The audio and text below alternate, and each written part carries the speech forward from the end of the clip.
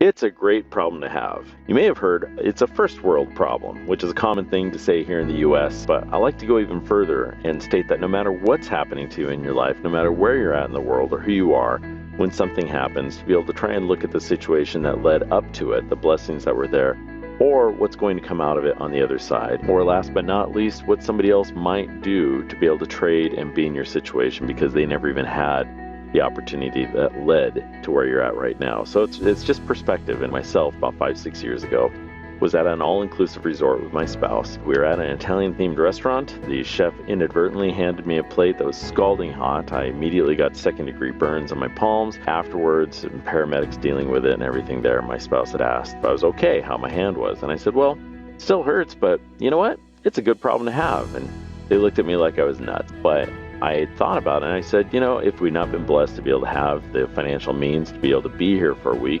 this never would have happened. So in perspective, it's a good problem to have.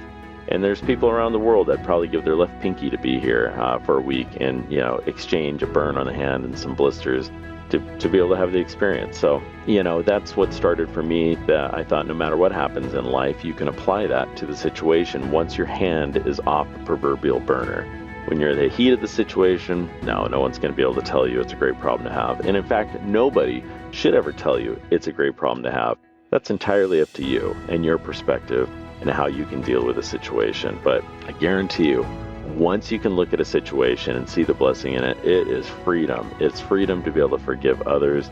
It's freedom to be able to look at the positives in it and how you can turn something into a learning point in your life. Is absolute freedom when you can have that perspective. It's not going to be immediate, but I hope as soon as possible, either in the midst of the situation or on your way out, you can look back and see the blessings. Hope you have a fantastic day and look forward to talking to you again.